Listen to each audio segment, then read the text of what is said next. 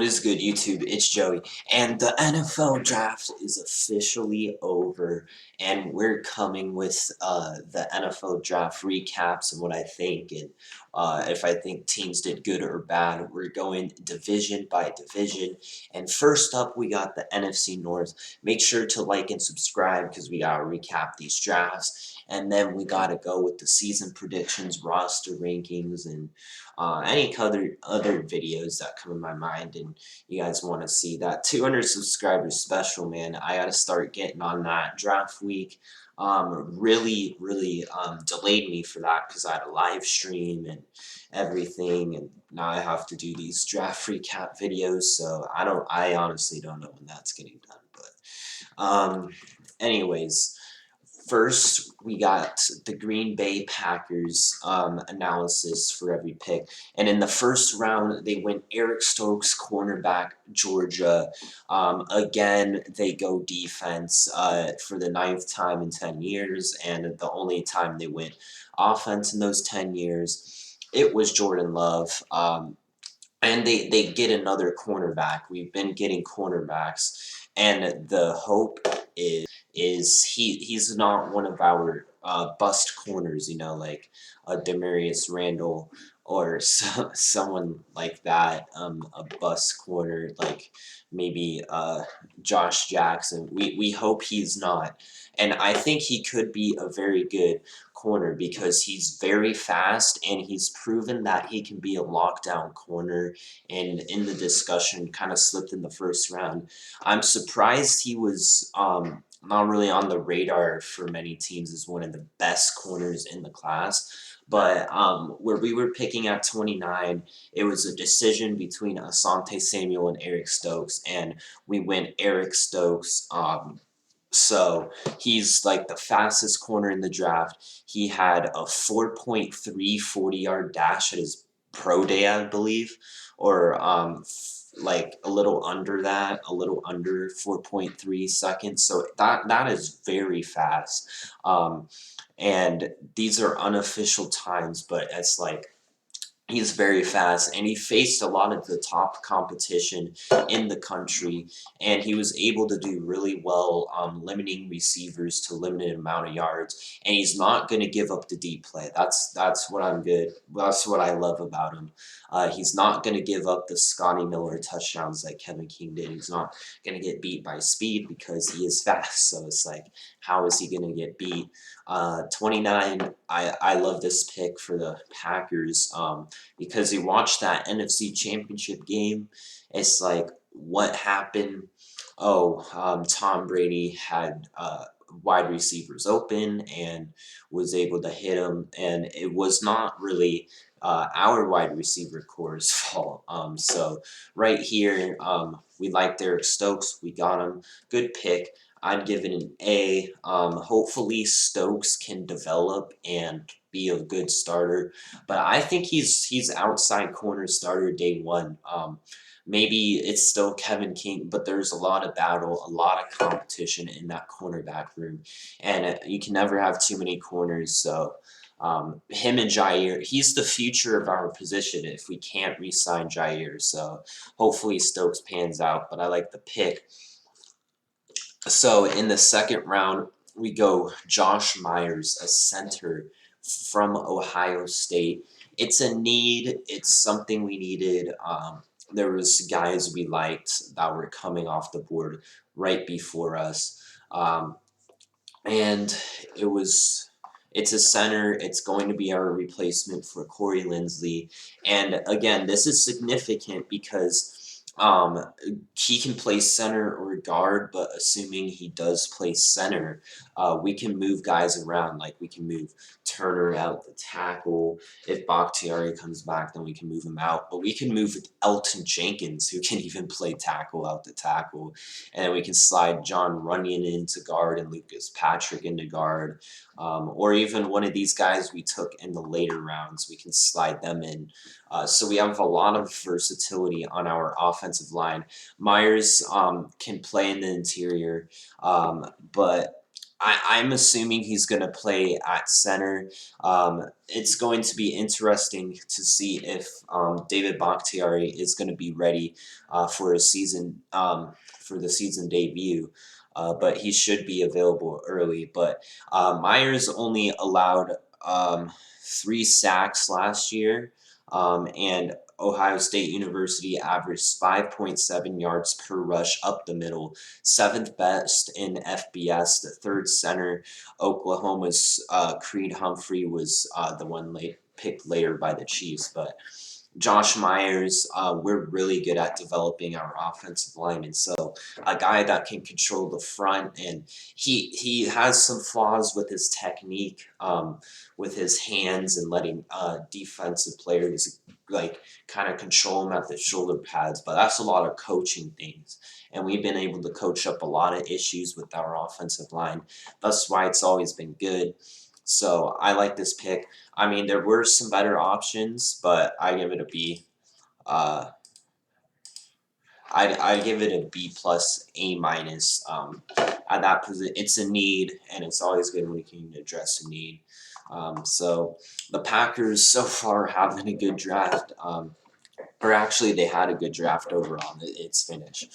But round 3, 85 overall. The Green Bay Packers get Amari Rodgers. So hopefully we can see an A Rodgers to A Rodgers connection. But is it too little, too late? But we traded up. We gave up a 4th-round pick to get a guy we could really need. I like this pick. He has flaws, but um, it's a 3rd-round pick, and he could very well become a Randall Cobb 2.0, and he gets to learn from one of the best in Devontae Adams, and that's what I'm saying. Like Eric Stokes and Amari Rodgers learned from Devontae and Jair, 2 of the best in the league. So it's like they could become really good. We needed a slot wide receiver and a guy that could return kicks, and Amari Rodgers can do both. And we traded up. We took Amari Rodgers, and we need a wide receiver because after this season, man, there's no wide receivers on our roster except Amari Rodgers now because we drafted him. So he had his best season last year. Slot wide receiver that's very good over the middle, good use of hands and everything. 86% of his targets came from the slot, and Rodgers only threw 31% of his passes last year to slots, right receivers. So the versatility of him getting pressed outside and not really being able to play outside is a little disappointing. But the slot wide receiver need and the special teams thing, and he can also run after the catch. And he made some big plays at Clemson. I think he could develop into a good wide receiver. He was one of the best left on the board, so I'd have to give him an A. In the 3rd round, finally trading up for one. We got one, so Packers addressing needs nicely. So in the 4th round, they go Royce Newman, an offensive lineman out of Missouri. So it's again, we like to stack up on offensive linemen. In the later rounds, and we get a guy with Royce Newman. David Bakhtiari is out still with the torn ACL he got on December 31st. Wick Ragnar released. We got Josh Myers in the inside, but Newman offers something on the outside. He can play left guard. He played that in 2019, but he moved to right tackle last season. He gives us another option at right tackle. So if we start Newman at right tackle, that would allow Billy Turner to move to left tackle until Bakhtiari comes in. And the Packers have, again, they're really good with offensive linemen. 3 of the 4 taken by them in the 4th round have made multiple Pro Bowls. You look at Bakhtiari, TJ Land, and Josh Stitton, while each of them have last 5 taken by the Packers in the 4th round and started 40 or more games. So these offensive line picks, while they might not be flashy and oh my gosh, like they're good value and we can move them around. And while our offensive line group was looking thin and question marks at the beginning of this offseason when we lost guys, now it's looking a lot better. So I'd have to give it an A, because it's good value at that fourth round pick. Fifth round pick, first of two, we get Tadarill Slayton, defensive tackle out of Florida. And I was surprised we didn't go defensive tackle fourth round, but we finally get one. I just knew, like, we're drafting for needs this draft. It would be surprising if we don't go defensive tackle, and we've needed it. Kingsley Keke showed flashes and promise last year. He should be a starter. So if he can continue to improve alongside Kenny Clark, that would be great. But we just need someone else. Kenny Clark he can't do it all by himself. Teams can just easily double team him and focus everything on him. Uh, D- Montravius Adams went to the Patriots in free agency, and there was just a lot of other guys that were disappointing. But hopefully he can take off the pressure from Clark, and we can cut Dean Lowry, make him a post-June cut, saving $4.8 million. So I don't know, man. I hope we can develop him. It's going to be interesting to see if he's gonna be good or not, if we can develop him. But I give this an A, again, getting needs, and he was like one of the best defensive tackles available at this spot. So good on the Packers. This draft was way better, like 100 times better than last year. And at 178 overall, 5 picks later in the fifth round, we selected Shamar Jean Charles, another cornerback. Along with Eric Stokes. So, and Eric Stokes can play outside or inside. Added versatility is why I like that pick too. But um, Brian Gutekunst loves his corners. This is the fifth corner drafted since he took over in 2018.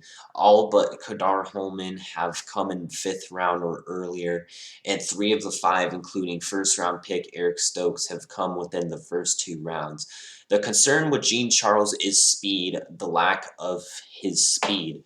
But you got Stokes now, who has all that speed. He was timed a 4.51 in the 40, which would put him in the same range as Josh Jackson, who's struggled to make the lineup. So he's probably going to be a depth guy. So our cornerback room, it's looking like Jair, Stokes, King, uh, Shannon Sullivan, Josh Jackson, then Kadar Holman. So we got a guy, and then Gene Charles. So maybe Gene Charles is going to be a rotational backup guy, but value again. You can never have too many corners, especially when corners get injured and everything. And it's such a like, you need a lot of corners to be defending those spread spots and everything. So good on the Packers getting that. So round 6 here, we get another offensive lineman, our third one in the draft, a tackle slash guard, Cole Van Lanen. So, but this is a huge local story. He lives so close to Green Bay, and he's a native there. And he went to a high school before going to Wisconsin. He went to school in Wisconsin, and it's the 4th straight year that a Green Bay area prep player has been drafted, but first by the Packers. So it's good to get a guy that's native. This again provides the depth. This is the third offensive lineman taken in the draft, 6th in the last 2 years. So we're just going crazy with it. He played left tackle at Wisconsin, but he can't. He's projected as either right tackle or guard. So maybe we slide him in the interior.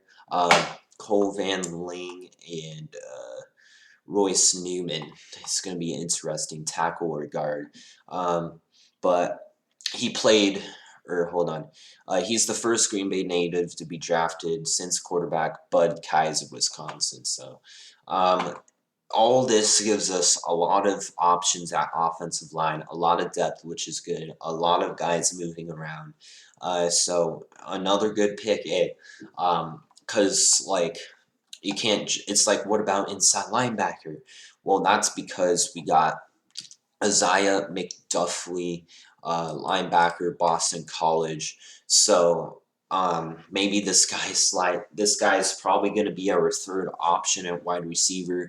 Chris Barnes is probably going to be linebacker one, who played really good, really big impacts of any from a lot of rookies from last year's class. He played really well and was arguably the best linebacker on the team last year. And Kamal Martin showed flashes if he can stay healthy. Then we have Isaiah McDuffie to rotate in there. We cut Christian Kirksey, but McDuffie is undersized, but he could fit with what Joe Barry wants to do because he's a linebacker specialist. 6th round, good value, get a linebacker. So developmental guy, but we have a young rotation in there at linebackers, so it's going to be interesting. And then with our 7th round pick, we went running back, Killen Hill. So Aaron Jones, AJ Dillon, and then Killen Hill. You know, the Packers, we like our running backs. We were going to get one, but it's good that we waited until the 7th round to get it. Yeah, Jamal Williams went to the Lions in free agency. So Jones and Williams were day 3 picks, and maybe Tillen Hill could become something special. So he started 25 games and rushed for 2,535 yards and 21 touchdowns in his college career, and only fumbled once. So if he's still available, good pick. We still have a stacked running back room, Jones, Dillon, and now Hill. So it's really good there to help the running back room going. So I think the Green Bay Packers were one of the winners of this draft, getting Stokes, a good corner that could do a lot good for us. Josh Meyer, the offensive line it's looking a lot better. We got a lot of added versatility. We got we got a good future for our offensive line. We got Amari Rogers, can play in the slot and return. So we fixed our secondary, kind of, hopefully, if these picks pan out. But we addressed, that's a better word, addressed our secondary. With 2 corners, we got a DT to add depth to that D line, and probably a starter. Slayton, probably a starter. And then offensive line, and then we got our linebacker to rotate in there and a running back to rotate in there. So the Packers are quietly one of the winners of the draft for me. If all these picks plan out, we address need. It was a great draft by the Packers. Good job by the front office. So now we move on to the Chicago Bears, and they're also did a really good job here. Round 1, they get Justin Fields. So like the question is like, is Justin Fields the starter or not? But they trade up for Fields. They give up like their next year's 1st round pick, and they gave up like a 4th round pick to the Giants to trade up. But Justin Fields is worth it. He was one of the top quarterbacks in the class. And the 49ers selected Trey Lance, and Fields fell right to the Bears. Ryan Pace he had to get him. He was right there. And they signed Andy Dalton in the offseason, but they have Justin Fields, and I would not be surprised if he starts. He should start. But with Andy Dalton mentoring him. But the Bears got a guy who has that generational arm talent and that the great mobility and able to make big plays, but he's got to learn. He's got some flaws. He's got to get to that first read, off that first read, and scan the field and make the correct throws. And with Matt Nagy as his head coach and play caller, who is not very good, that's concerning for the Bears. But they're paying Andy Dalton $10 million, and they might want Fields to sit behind Dalton and Foles to learn. That's a possibility. So they wanted to do the same with Trubisky, but Glennon was struggling so bad, so they had to put Trubisky in. But maybe that happens with Fields. They don't want to make another bad decision at quarterback. They get one of the best prospects in the class. He's just such a great playmaker. So a great pick. Gotta give it an A+. Justin Fields is a great quarterback. They just gotta develop him right, and that's just the concerning thing. But that's something we don't know about yet. So second round pick, they get Tevin Jenkins, another great pick. Addressed another need and got another great player. Their offensive line was not good last year, but Jenkins is going to be starting at right tackle most likely. Many believed he was going to be a first rounder, but he dropped into the second round. And he came out of Oklahoma State, and he had a highly productive collegiate career and plays with a mean streak. Not only did they wave goodbye to Bobby Massey, who's disappointing, and left tackle Charles Leno's contract expires. He's a starter after the season, after the 2021 season. So they get a guy to help protect Fields and get the ball out to guys like Robinson and Darnell Mooney. So a great pick there. And then in the fifth round, which was their next pick, they get a tackle, Larry Boom. So they got Tevin Jenkins at right tackle. They get more depth at the offensive line because starting left tackle Charles Leno's contract's about to expire. So they get a day 3 pick on Borum, who played left tackle and guard at Missouri. And the interior of the offensive line has been a strength, so maybe they put him at tackle, but they're making changes on the edges. Bobby Massey is gone, and they get Jenkins to fix that. But Charles Leno Jr., again, final year of the contract, so maybe Borum develops this year, and then he's the future left tackle. The Bears have they're high on their offensive line coach and the ability to coach his young offensive linemen. So they're going to have to rely on that. But the Bears are wise to get the future tackles of their team. So A's across the board so far, the ones we talked about. But they get Khalil Herbert, running back Virginia Tech, in the 6th round. And running back is not an area of need.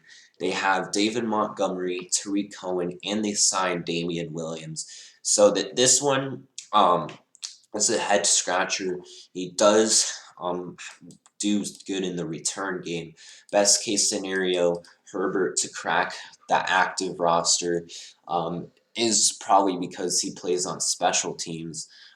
Maybe he sees some field on the offense, but the Bears already have a running back. Herbert was the best overall player on Chicago's board here. So he's not really going to contribute much on offense, but best player on their board and contributes on special teams. That's going to be a C+, and that raises the grade a little bit, but not going to really be that significant for them. So now they had 3 6th-round picks. Oh my gosh. Daz Newsome, wide receiver, North Carolina. So they get another receiver to compete in there, which was a need. They franchise tag Allen Robinson, who's their best receiver, and they stole Darnell Mooney in the 5th round. They still have question marks at wideout. But Newsome, not Greg Newsome, Daz Newsome, has an opportunity to play in the slot, which is where they kind of need someone in there. The team has, Adam Schefter reports, the team has been shopping former 2nd-round pick Anthony Miller and Riley Ridley, Javon Wims, and Marquise Goodwin are also on the roster. but none are anything special. So Newsome returns punts, which is in need, and gives them a greater chance to stick around based on special teams. So these guys are probably contributing on special teams. And then Thomas Graham, he opted out last year, but prior to that, he started 39 straight games for the Oregon Ducks, and he had an opportunity to make impact. The starting quarterback spot opposite Jalen Johnson is really wide open because quarters in need, and it was kind of surprising they were addressing offense earlier, so they address a need here. It could even be a starter year one. They released Kyle Fuller for salary cap reasons. They signed Desmond Trufant, who could start over Graham, and Artie Burns, but the Bears probably groomed Thomas Graham into a starter in the future.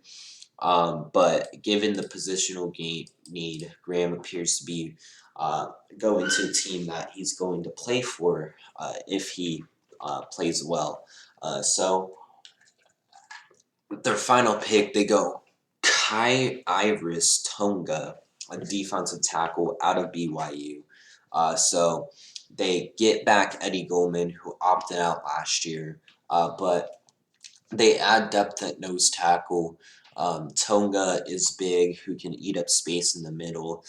Seventh round picks just face a very uphill battle to make a roster, but the Bears are not super deep on the defensive line after Goldman, Mario Edwards, and Akeem Hicks. So after those three, they're getting thin there, so he can play anywhere up front. So the Bears did a good job in rounds 1 and 2 and 5 getting their tackles. A's over there. This one was questionable. Daz Newsome was understandable. These are all understandable. So overall grade, I'd give them an A. They addressed need. They improved. They got better after the draft. So good for the Bears. Very good for the Bears, for sure.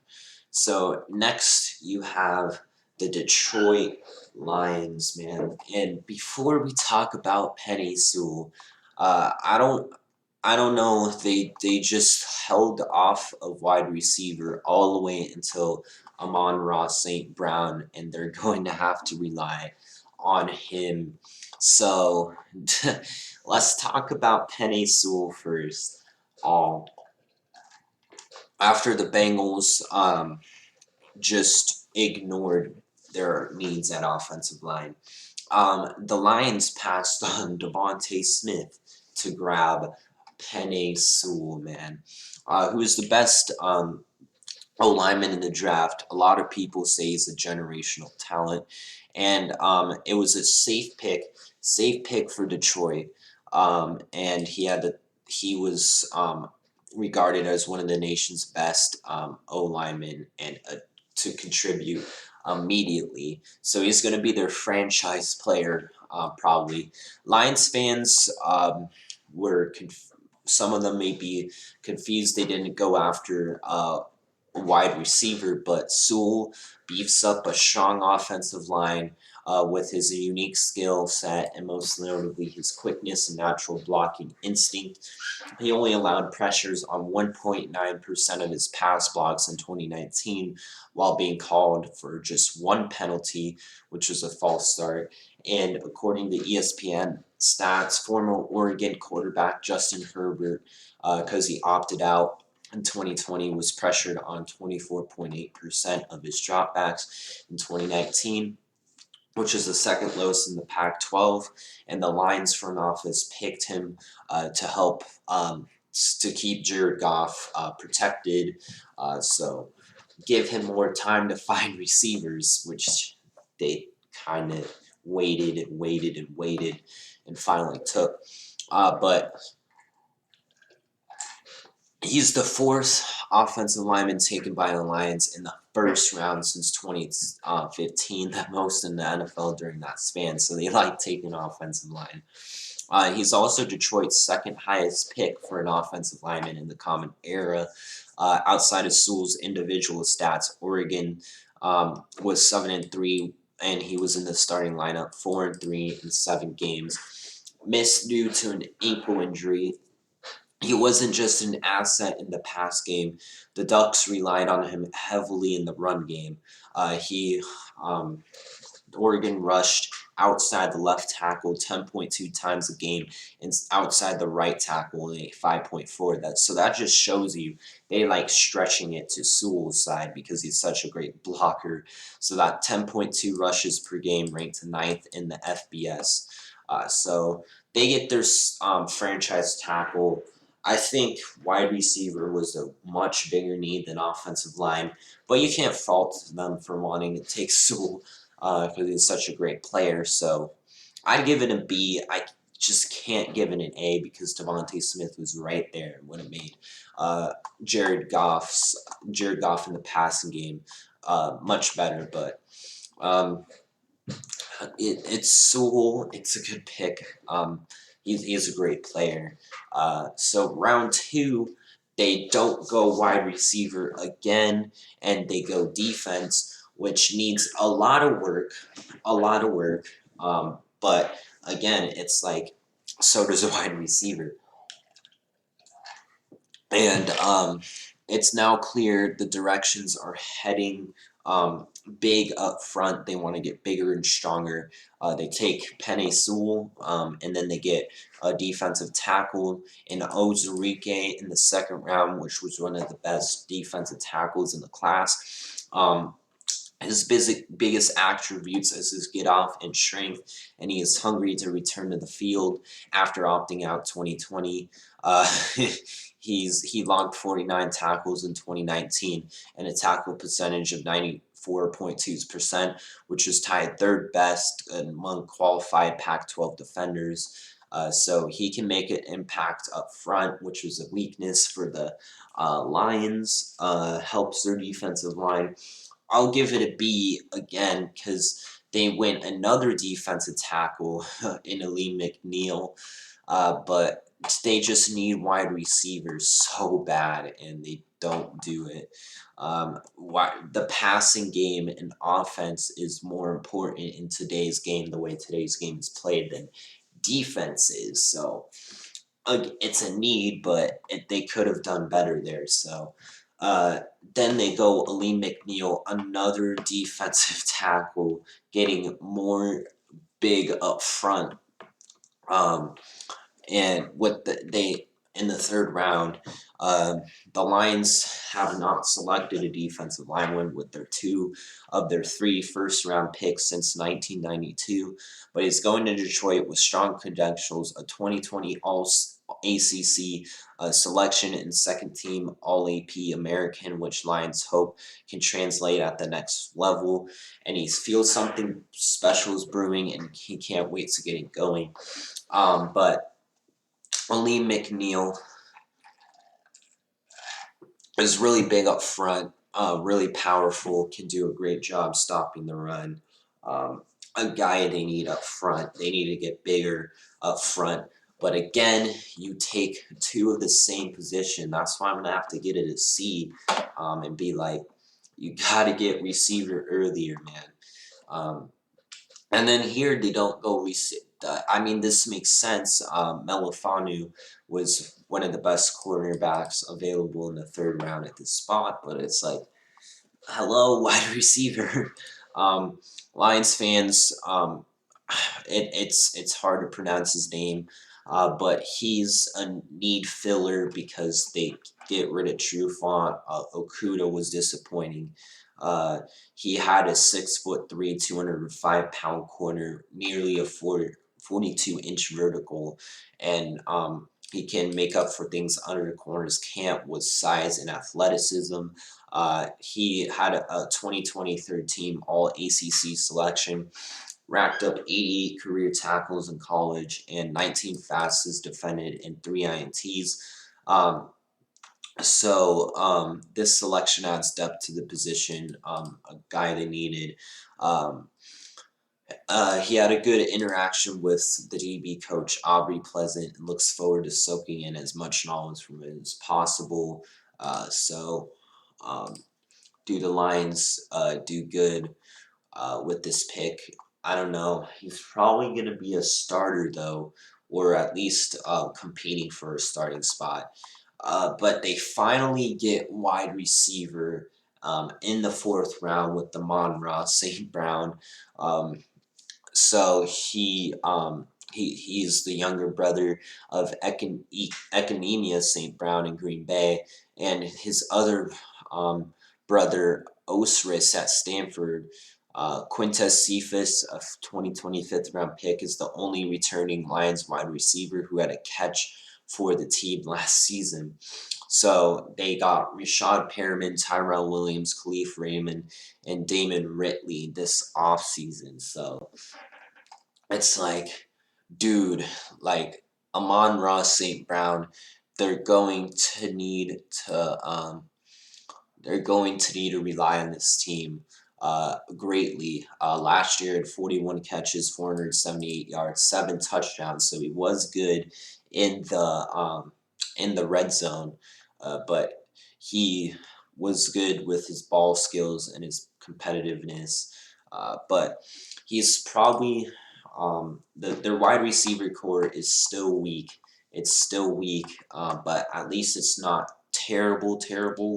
Um, I mean, Tyrell Williams and Ross St. Brown are going to be their starters on the outside. It's just, I'll give it an A because they needed to do it, and he was one of the best available still. But Khalif Raymond, Brashad Perriman. I mean, Khalif Raymond makes some big plays down the field, but Tyrell Williams and Ra are probably going to be their two main guys. But it's like, Lions, you could have. Yeah, it's just Jared Goff's going to struggle in that pass game a little bit. They get a linebacker, Purdue, um, Derek Barnes, just one pick after selecting St. Brown. They trade up for Barnes, another tough nose player fitting this year's draft theme, with the organization of picking the best players available. He played inside linebacker, racking up 266 tackles and 10.5 sacks throughout his college career. The Lions' front was weak last year. Their whole defense was weak, but they get a good player available at that spot. They needed it.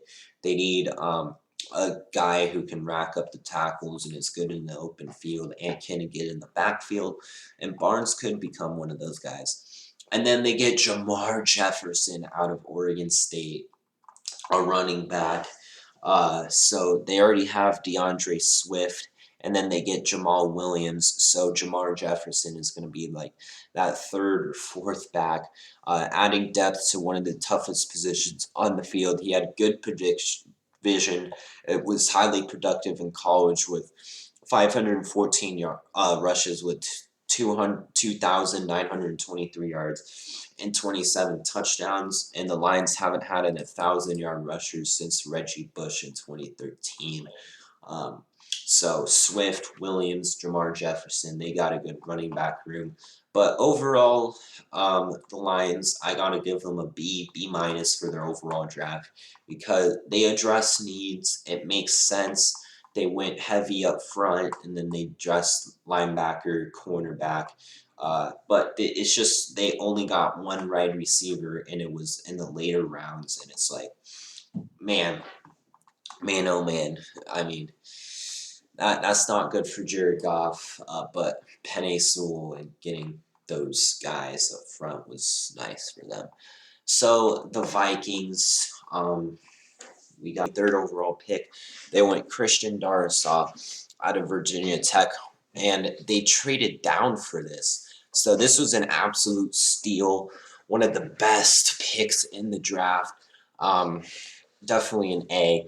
They just got so much value trading down and got one of the top offensive tackles in the class. And they traded back to get him. Um, and they got 2 additional third-round selections in the process.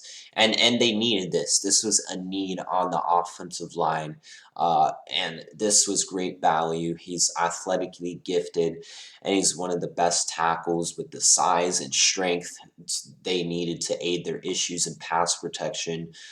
Bringing Darasan into the fold addresses a major need, and it was expected to start immediately.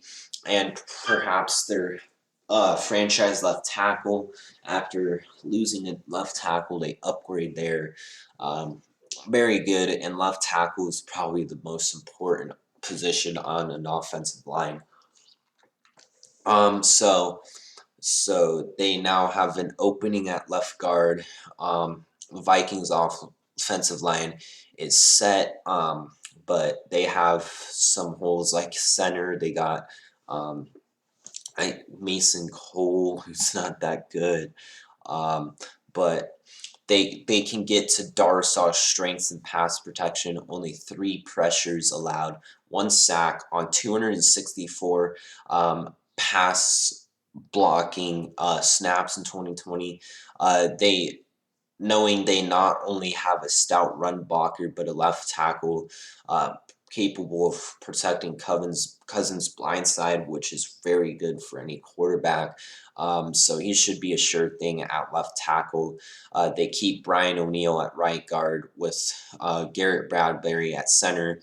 Um, they might put Minnesota. They might plan to have Ezra Cleveland at left guard.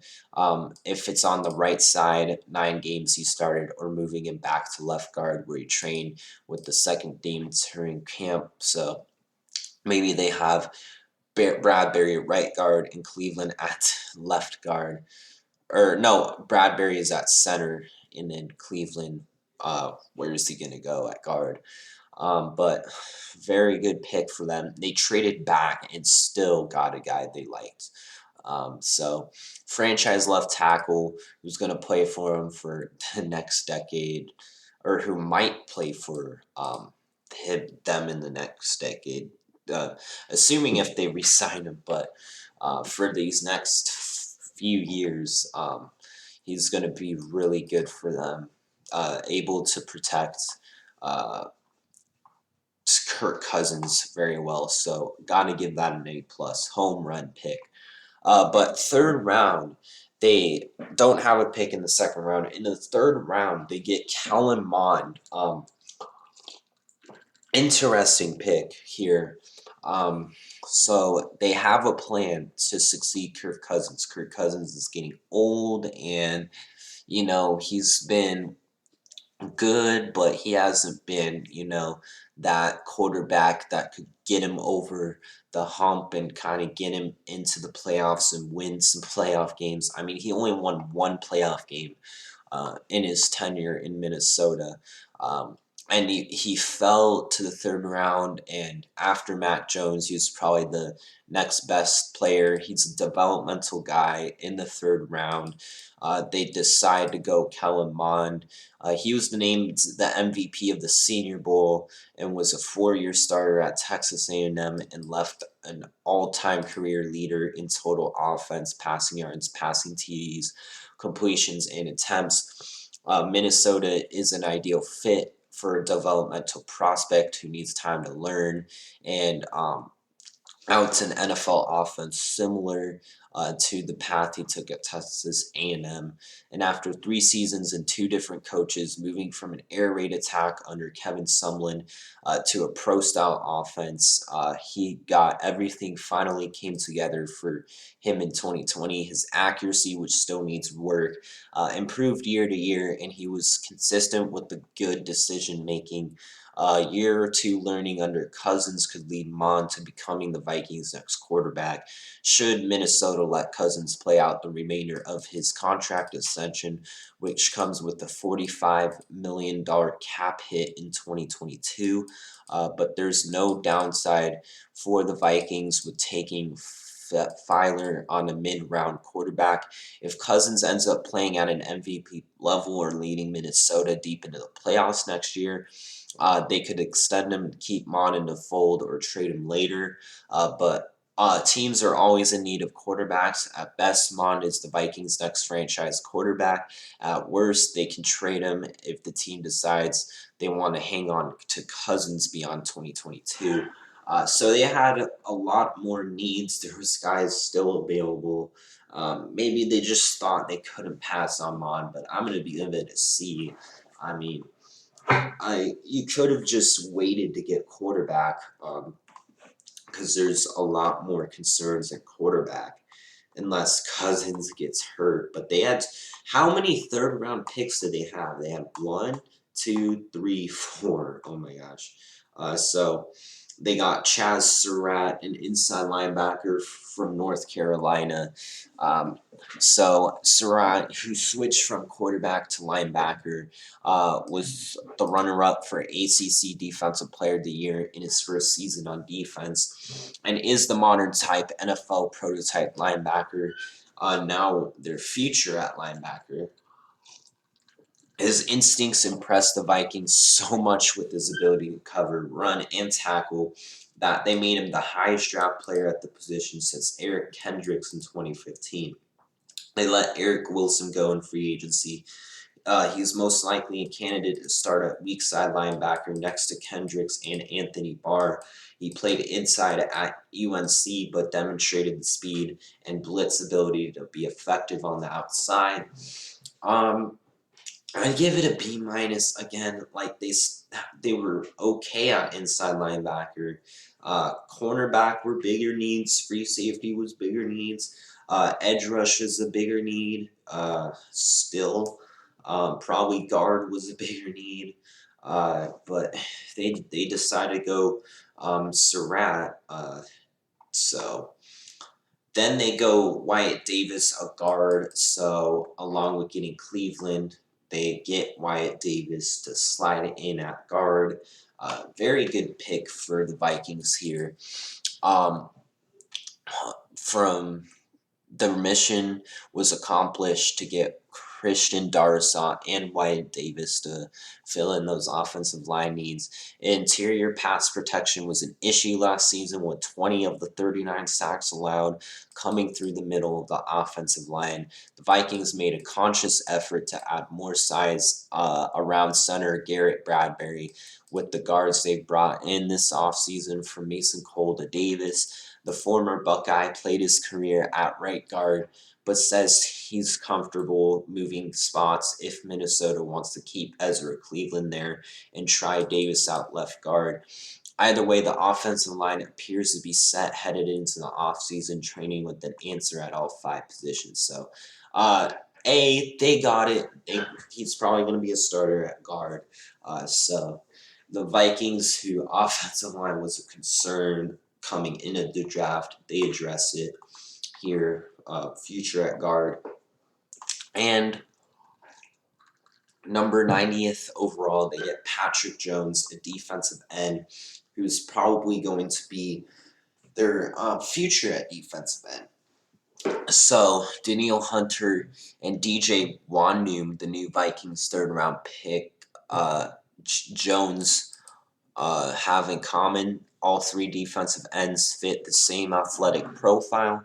The Vikings search for long, lean frames and physical tools that may appear raw at first, but they have the potential to be molded into skilled pass rushing talent. And it's a fitting pick. They got Yannick Ngakoue, but then they sent him back to the Ravens midseason. And they need an edge rush to get a guy opposite Hunter and maybe even start because Hunter might not even be there. But a pure pass rusher is exactly what the Vikings are getting in Jones over the past two seasons. 99% of Jones' snaps on pass plays were rushing the passer with only a total of 5 plays in coverage. So they're getting a pure pass rusher that can get after the quarterback. If he develops into a good player, that's good. But for them, not for me, but for them. So I give it an A. They finally addressed it in the third round.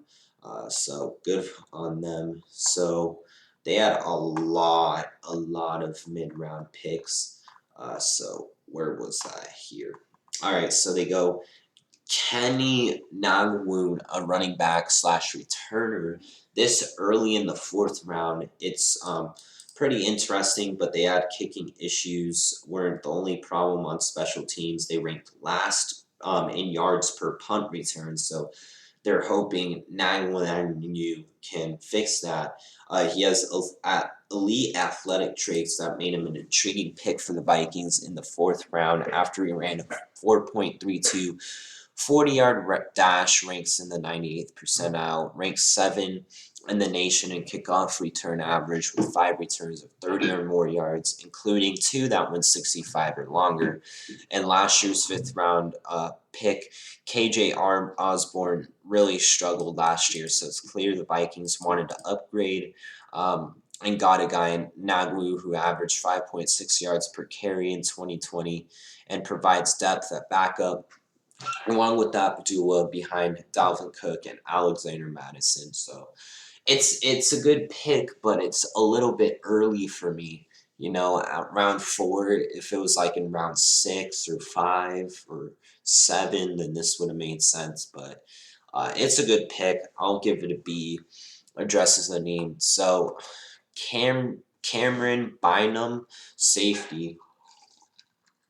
Um, it's a need for them. Harrison Smith getting older, they lost Anthony Harris, but after starting 42 games from 2017 to 2020 at cornerback, where he recorded 6 interceptions and 35 pass breakups, Bynum is making the move to safety.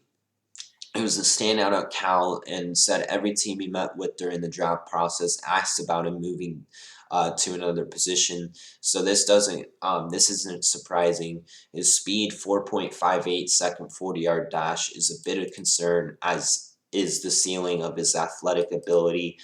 So to move to safety appears to be a better fit than where his ceiling was as an outside corner. So a rotational guy, maybe even a starter, a good pick, but it's a position in need. But it's like, is his speed enough? Are you gonna trust that he's gonna be better at this position? It's confusing, but it makes sense. So I'd have to give it a B minus, something like that. But value wise, I guess buying them here makes sense. So they get Janarius Robinson, defensive end, Florida State. So they get 2 of them. They get Patrick Jones and they get Robinson here. Another defensive end who fits what they like in terms of athletic traits. He has an 86 and a quarter wingspan, an arm length of 35 and a quarter inches, which is absurd. But he's got a ways to go in maturing physicality after beginning his football career at wide receiver. Though he has the capabilities to line standing over the tackle, most draft projections pegged Robinson to be a traditional defensive end in the 4-3 system. His college film was inconsistent, and the defensive end was only Seminole defender with multiple sacks. Last season 3.0, but his 6.8 percent pressure percentage actually was well below the 2020 FBS average 8.7%. He's a raw athletics prospect who needs time and coaching to learn how to put it all together on the field.